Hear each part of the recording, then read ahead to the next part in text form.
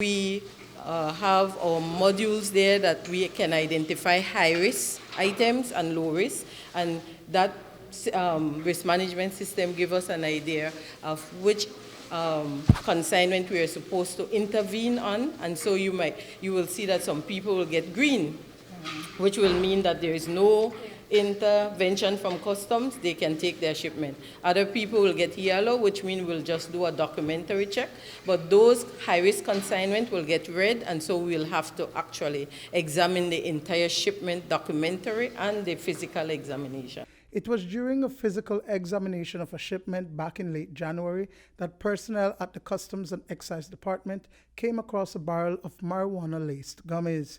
They were sent from the United States to Akima Gamboa. We come in contact with many different imported goods. Some of them are illicit, prohibited or restricted. And so these gummies did enter our country through the Belize port, and they were intercepted by our officers while doing an examination. I will not disclose with this particular incident how this was detected, but rest assured that we are applying the proper risk management mean. We're identifying the country of origin, the type of commodity that are being imported, and we're looking at these commodities, and so that we can identify in the future when these things are coming in. If it's a restricted commodity or a prohibited commodity, then we will inform the regulatory agent that is responsible for that nationally. In this case, it will be the police that we normally liaise with, and we get them on scene for them to also be a part of the enforcement action, and then pursue whatever other intelligence or investigation that needs to be done after the intercept. Over the past year, several consignments of weed gummies have been intercepted and destroyed. In this case, in January, however, the prohibited items were handed over to the Belize Police Department. As we know, those packaged weed gummies made their way onto the streets and landed 33 persons, majority minors, in the hospital.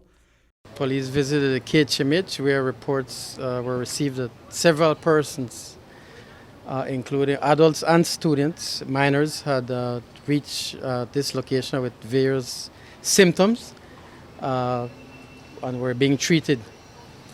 We immediately dispatched investigators as well as other personnel from the police department to conduct searches and to find out what was happening. So far, we have recovered several packages of gummies, which the students claim they had consumed. Presently, several searches are being conducted within Belize City, and we have recovered several packages, and investigation continues at this time. Lawrence Thompson, the Deputy Comptroller for Enforcement and Compliance at the Customs and Excise Department, could not confirm whether there had been previous shipments to Gamboa. What he did say is that his information has been flagged for any future imports. We know that this incident happened, and so this person will be flagged continuing his if he intends to import anymore. Okay. Of course, we have to recognize that these nefarious actors are constantly monitoring law enforcement.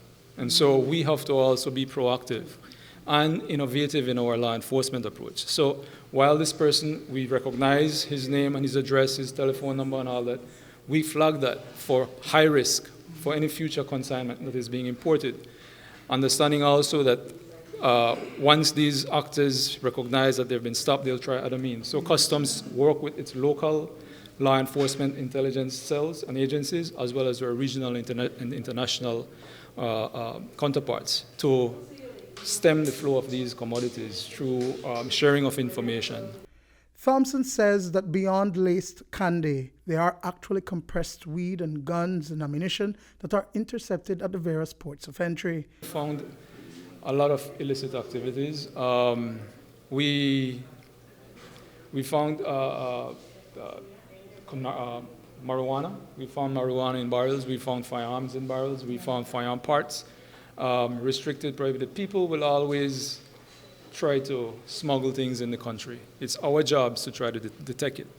And so the department is strengthening its enforcement arm as a result of this. We have further enhanced our risk management operations, adding an intelligence-driven approach as well. So we work in collaboration and in coordination with our local law enforcement and regional and international law enforcement partners to help to stem the flow of these commodities. We recognize the threats that exist, and so we are very serious in addressing these threats because we recognize the harm. Thompson says that no personnel attached to the Customs and Excise Department has been found to be complicit in this incident. Duane, Moody for News 5.